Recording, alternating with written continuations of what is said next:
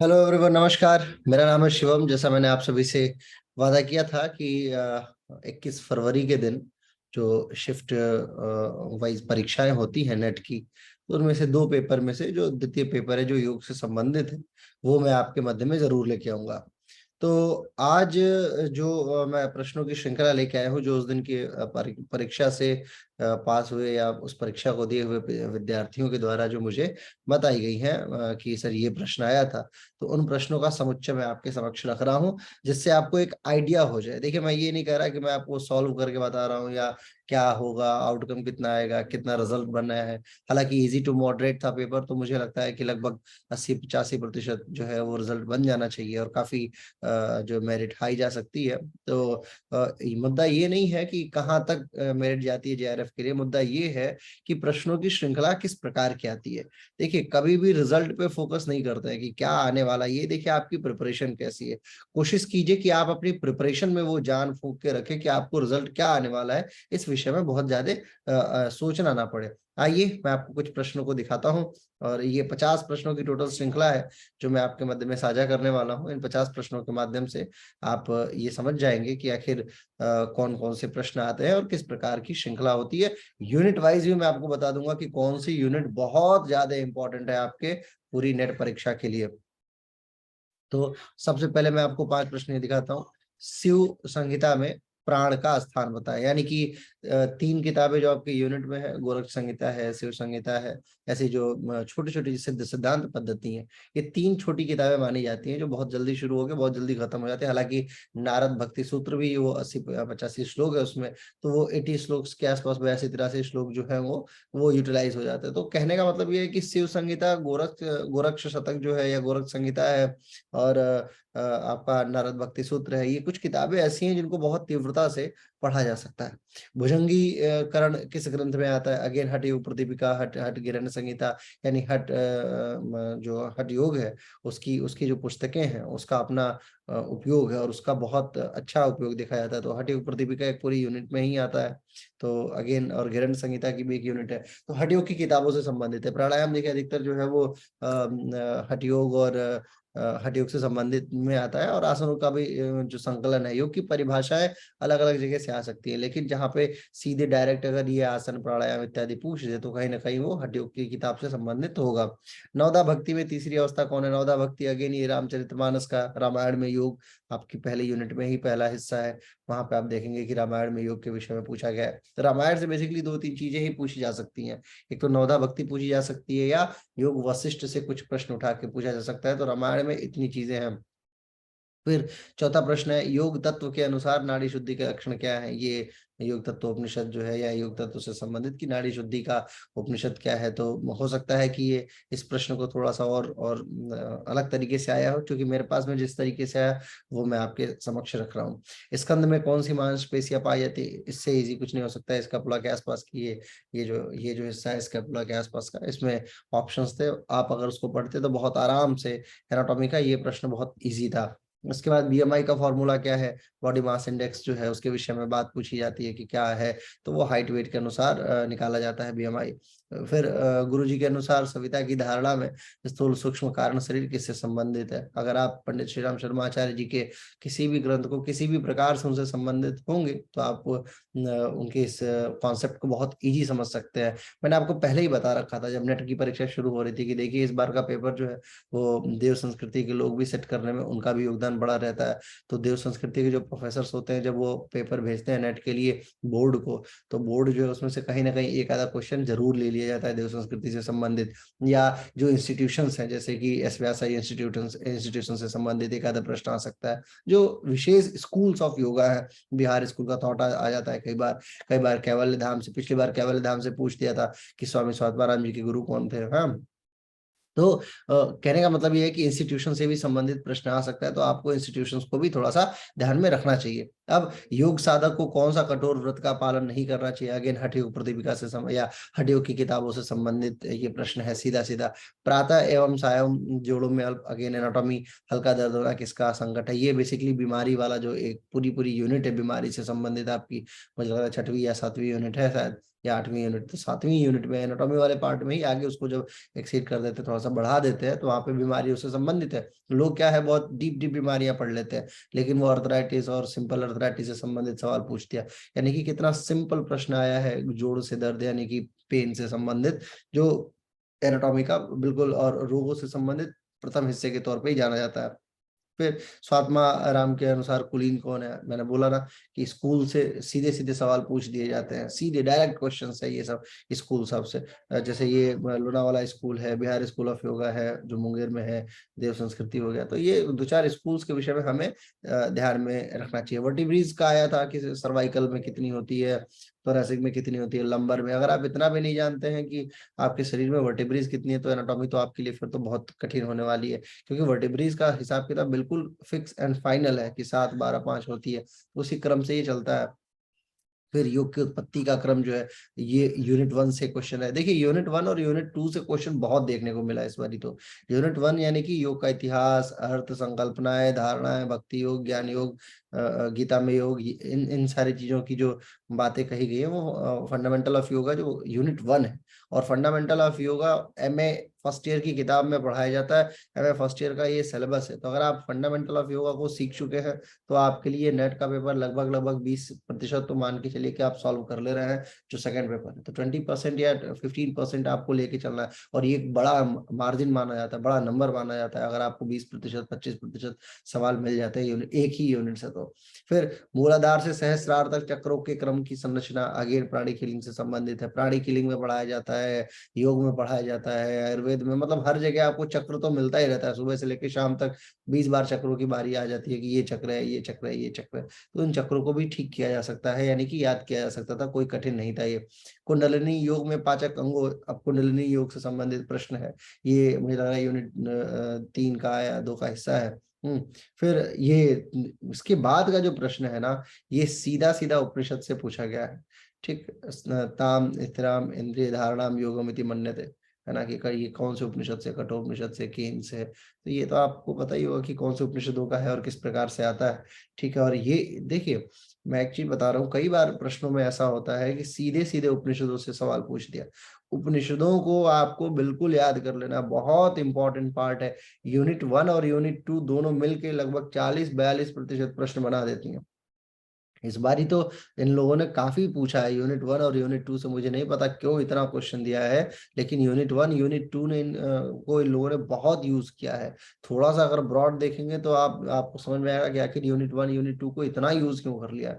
ठीक है, न्याय दर्शन में अगर अगेन ये यूनिट 1 का क्वेश्चन आ गया कि न्याय दर्शन, उसी में ज्ञान मीमांसा, तत्व मीमांसा, न्याय मीमांसा की बात आती है ना। तो ये न्याय मीमांसा से सीधा सीधा सवाल है। न्याय दर्शन आ गया, दर्शन शास्त्र भी उसी में है, यूनिट 1 में ही है। तो अगर न्याय दर्शन की भी बात करें, मीमांसाओं की बात करें, तो इन दोनों से प्रश्न है कि पंचगव्य में प्रतिज्ञा किस स्थान पे आता है। विशुद्धि चक्र का संबंध शरीर से कहाँ से है? विशुद्धि चक्र आपको पता है सहस्रार चक्र है, आज्ञा चक्र है, विशुद्धि चक्र है, उसका मतलब इस तरीके से पूरा क्रम निर्धारित है आपके शरीर में, मणिपूरक चक्र इत्यादि इत्यादि। तो आपको ये समझना है कि चक्रों का स्थान क्या है, उसको अंग्रेजी में क्या बोलते हैं। अगर आपको हिंदी वर्जन कई बार ना समझ में आए क्वेश्चंस में, तो आप उसके बगल में अंग्रेजी वर्जन को देख लीजिए, तो उससे आपकी काफी सहायता हो जाएगी। जल की उत्पत्ति किससे होती है? वशिष्ठ संहिता में कितने मर्म स्थान का वर्णन है? वशिष्ठ संहिता देखिए ये आ गई, वही रामचरितमानस। तो रामचरितमानस से बेसिकली 2 क्वेश्चन। पिट्यूटरी से स्रावित होने वाले जितने भी स्टिमुलेटिंग हार्मोन्स होते हैं, ये सारे के सारे पिट्यूटरी के हार्मोन्स हैं। ये इससे इजी क्या सवाल हो सकता है? पिट्यूटरी, ये एड्रिनल वगैरह से पूछ देता, टेस्टिस वगैरह के हार्मोन्स पूछ देता तो कठिनाई संभावित थी, लेकिन की पिट्यूटरी से पूछा है तो पिट्यूटरी का तो इजी होता है, सबसे इजी, क्योंकि आप बहुत इजीली उसको कनेक्ट कर सकते हैं। फिर घिरण्य संहिता के अनुसार देव जैसा शरीर किस क्रिया के, कामदेव के अनुसार शरीर किस क्रिया से होता है? षटकर्मों में आती है प्रक्रिया, वो नाम वहां पे दिया हुआ था। देखिए मैं उत्तर इसलिए नहीं बता रहा हूँ क्योंकि वहां पे ऑलरेडी ऑप्शंस दिए हुए थे, तो ऑप्शन से मैच करना था, तो मैं अपने तरफ से ऑप्शंस नहीं दे सकता। बेटर ये है कि अगर आप उन ऑप्शंस को देखेंगे, मेरा कार्य ये है कि मैं आपको प्रश्नों के प्रति सचेत कर दूं कि देखिए इस प्रकार का प्रश्न आता है। फिर उष्ट्रासन के लाभ से संबंधित बात थी कि उष्ट्रासन का क्या लाभ है। यूनिट 10, 1 मिनट का काम है, मिनट भर का भी काम, मतलब ये 10 सेकंड में आंसर देने वाली चीज है। अगर उसमें ऑप्शन आपको दिख रहा है तो त्रिशिक ब्राह्मण से, अगेन ये उपनिषद का प्रश्न। यूनिट 2, टोटल लंग कैपेसिटी कितनी होती है, लंग कैपेसिटी ब्रीदिंग कैपेसिटी से संबंधित एक क्वेश्चन था, वो भी आप वहां पे उत्तर दे सकते थे। भैरव आसन को कई लोग जो है भयखासन पूछ लिए थे कि ये भयखासन क्या है, तो भैरव आसन वहां पे आया हुआ था। हालांकि टेक्स्ट बुक्स में भैरव आसन का नाम बहुत कम देखा जाता है, लेकिन फिर भी भैरव आसन थोड़ा सा जो है ये देना एक एक नया क्रम देखने को मिला कि कौन से टेक्स्ट बुक से कहाँ से लिया गया। भैरव आसन के विषय में बात की गई। आर्य अष्टांगिक मार्ग को क्रमानुसार सजाएं, वहां पे क्रम दिया हुआ था, उसको सजाना था। हाँ, यूनिट 4 के आसपास का क्वेश्चन था। सूक्ष्म व्यायाम से संबंधित प्रश्न, जो यूनिट 10, अगेन जो ये सूक्ष्म व्यायाम के कर्ताधर्ता धीरेन्द्र ब्रह्मचारी जी हैं, तो अगेन एक स्कूल ऑफ थॉट आ गया। निर्प्रक्रम किस प्रकार का है, ये क्वेश्चन था जिसका मुझे सिंह पोस्ट पता ही नहीं चला कि कहाँ से शुरू होके कहाँ खत्म हो जाता है। ऐसा नहीं है, देखिए एक चीज हमेशा याद रखिए कि पूरा पूरा 100 आउट ऑफ 100 करने के चक्कर में मत रहिए। जितना आता है उतना हो जाए तो ज्यादा बेटर है कि नहीं। सारे क्वेश्चंस को आप, ये नहीं है कि पूरा योग के ब्रह्म ज्ञान ही है, आपको सारा ज्ञान होगा, हर एक क्षण हर एक बातें आप बता देंगे। वो यदा कदा होता है कि कभी कभी जो है वो क्वेश्चन ऐसे सेट हो जाते हैं कि आपको सारे क्वेश्चन आ रहे होते हैं। हर बार ये ट्राई मत कीजिए आप। फिर केन उपनिषद से संबंधित प्रश्न था, ठीक है, कि केन उपनिषद का कुछ वहां पे ऑप्शन आया हुआ था। फिर ध्यान बिंदु उपनिषद से एक प्रश्न था, उपनिषद यानी कि यूनिट 2। फिर आया था भगवत गीता के अनुसार क्रोध का परिणाम क्या है। ये बड़ा गीता जी से 2-4 सवाल देखने को मिले, 2 या 3 सवाल देखने को मिले, और बहुत इजी इजी सवाल थे। तो जो लोग गीता जी का अध्ययन करते हैं उनको क्रोध से संबंधित बातों के विषय में काफी ज्ञान है। काय संपत्ति से संबंधित प्रश्न था, ये अगेन योग की टेक्स्ट बुक का सिस्टम। जाति देश काल में भिन्नता होते हुए भी एक जैसा प्रतीत होता है, ये भी एक क्वेश्चन था, है ना, जिसका ये आगे पीछे पूरा क्वेश्चन मुझे नहीं पता कि क्या आया हुआ था, लेकिन ये था कि इससे संबंधित कोई प्रश्न था। कृत करित अनुमोदित का संबंध है, ये भी, इसका तो मुझे कुछ नहीं पता, इसका आंसर भी नहीं पता कि इसका क्या होना चाहिए।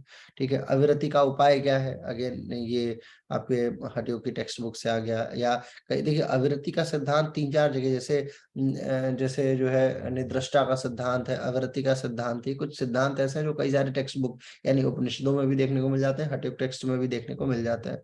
तो अब ये वहां के ऑप्शन पे निर्भर करता है कि क्या ऑप्शन दिया गया था। साधक पंचक के विषय में प्रश्न था कि पंचक साधन क्या होता है, किस प्रकार से एक जो साधक है वो उन 5 विशेष विभूतियों को अपने अंदर धारण करता है। पुरुष ज्ञान होने पर क्या होता है, सांख्य दर्शन का सीधा डायरेक्ट क्वेश्चन।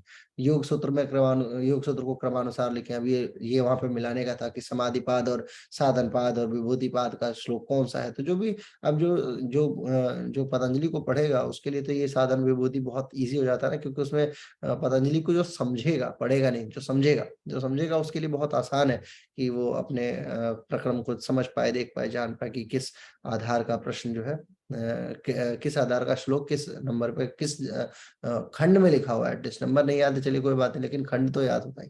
योग सूत्र को क्रमानुसार वही योग सूत्र। घिरण संहिता में ध्यान के प्रकार के को पूछ दिया, अगेन हठयोग से संबंधित सीधा प्रश्न, डायरेक्ट प्रश्न।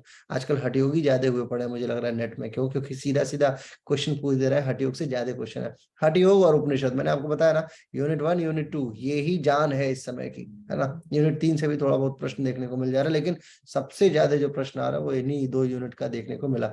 न्याय दर्शन, अगेन वो यूनिट 1, है ना, दर्शन शास्त्र। योग कुंडली उपनिषद में विघ्न के 10 विघ्न के को क्रमानुसार बताएं, अगेन ये फिर से उपनिषद, है ना। यूनिट 3 में क्या है कि योग से संबंधित उपनिषद उपनिषद है। यूनिट 2 में क्या है, डायरेक्ट जो उपनिषद आते हैं, स्किन कट, प्रश्न मंडक, मांडुक्य वाला। तो वो यूनिट 2, तो 2 यूनिट से आप देखिए, एक एक 2-2 3-3, मतलब प्रथम द्वितीय तृतीय यूनिट से ज्यादा प्रश्न अभी तक मिला है। गिरण संहिता का आसन जो हठयोग प्रतिपिका में नहीं है। अगर आप हठयोग का अभ्यास करते हैं, आपको इतना नहीं पता कि कितने आसन हठयोग प्रतिपिका में और गिरण संहिता में है, तो फिर तो आपको थोड़ा सा ध्यान देना चाहिए अपनी शिक्षा पद्धति पे। आपको ये सोचना चाहिए कि क्योंकि इससे इजी क्वेश्चंस क्या पूछा जा सकता है, ये बहुत इजी प्रश्न है। योग तत्व उपनिषद में घटावस्था पे पहुंचने पे, अब घटावस्था को देखिए, एक तो घटस्थ योग जो होता है, घटस्थ योग का कॉन्सेप्ट हर बार देखने को मिल रहा है आजकल, बहुत मतलब ये इंटरेस्टिंग टॉपिक है। हो सकता है अगली बार जो है ये प्रश्न इससे और थोड़ा सा मिलता जुलता आए। तो योग तत्व उपनिषद में घटावस्था में पहुंचने पर अभ्यास क्रम कम कर देना चाहिए, इससे संबंधित कुछ प्रश्न था। योग चूड़ामणि, हाँ, योग चूड़ामणि से सीधा प्रश्न की नाड़ी का वर्णन जो है, कौन सी नाड़ी जो है योग चूड़ामणि में बताई गई है। तो कई बार ऐसा होता है कि बच्चे जो है वो थोड़ा कंफ्यूज हो जाते हैं कि नाड़ियों के विषय में। तो ऐसा नहीं है कि सारे प्रश्न, मैंने आपको पहले ही बताया है कि बहुत फोकस नहीं करना है, सारे प्रश्न आते हैं, कोई जरूरी नहीं है, एक आधा प्रश्न छूट भी जाए तो कोई बुरी बात नहीं है। वशिष्ठ संहिता में नियम, ये अगेन फिर वशिष्ठ संहिता का क्रम, आत्मा एवं ब्रह्मलीन संबंधित उपनिषद से प्रश्न, है ना, किसी उपनिषद से संबंधित एक आया था प्रश्न कि ये आत्मा और ब्रह्मलीन जो है वो, ये इसका प्रारूप किस प्रकार का है, कौन से उपनिषद में कहा गया है। तो उपनिषद से फिर अगेन आपको देखिए छोटा पांचवा छठवां प्रश्न मैंने आपको दिखा दिया कि उपनिषद से संबंधित पांचवा छठवां प्रश्न है ये।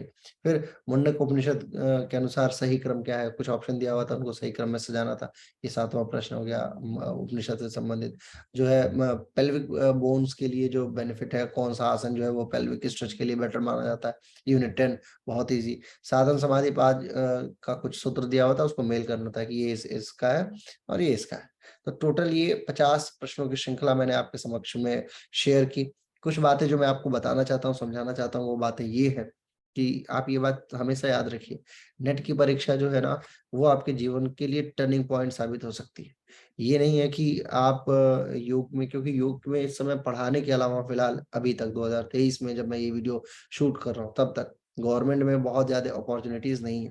कभी कभी मध्य प्रदेश की पीसीएस रैंक में ऐसी पोस्ट आ जाती है, एक या दो योगा टीचर्स की जो पोस्ट है वो खाली है, तो एक दो पोस्ट खाली आती हैं।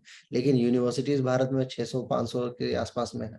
तो अगर इतनी यूनिवर्सिटीज हैं और आगे आने वाले समय में लगभग योग इतना प्रचलित हो रहा है, तो बहुत बड़ी मात्रा में योग अध्यापक चाहिए होंगे।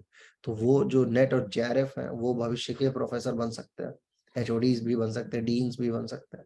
तो आपको कोशिश करना चाहिए कि नेट के पीछे जाए, बियॉन्ड ऑफ किसी अन्य चीज के पीछे जाने की, एक बात। दूसरी बात यह है कि बहुत जोर देके पढ़ाई नहीं करना है। 1 मार्च से लेके जून की परीक्षा में 100 दिन है, 100 दिन आपके पास में पर्याप्त है। 100 डेज में आप कोशिश कीजिए कि 10 यूनिट को 10-10 दिन दे। कुछ यूनिट को 3-4 दिन में भी निपटाया जा सकता है, तो कुछ यूनिट को 13-14 दिन या 15 दिन में। इसके लिए मैंने एक वीडियो बना रखा है। तो आप अपना पूरा रोड मैप तैयार कीजिए। प्रतिदिन 2 घंटे जो है आपको पेपर 1 पे देना है और 2 घंटे आपको पेपर 2 पे देना है। ये नहीं कि सिर्फ पेपर 2 पे फोकस किए रहे, पेपर 1 खत्म हो जाए। 50 ही प्रश्न आता है, लेकिन वो भी बहुत बहुत महत्वपूर्ण है। डेटा इंटरप्रिटेशन आ जाएगा, पढ़ने में ही समय निकल जाता है, पता ही नहीं चलता है कहाँ से क्या शुरू हो गया, कैसे खत्म हो गया। रिसर्च मेथोडोलॉजी पूछ देता है, पता नहीं चलता है कि क्या करें अब। अभी तो रिसर्च का कुछ भी नहीं पता है, जो एमए 3rd सेमेस्टर में पढ़ाया जाता है, आपको 4th सेमेस्टर में पढ़ाया जाता है। तो आपको फोकस बना के रखना है।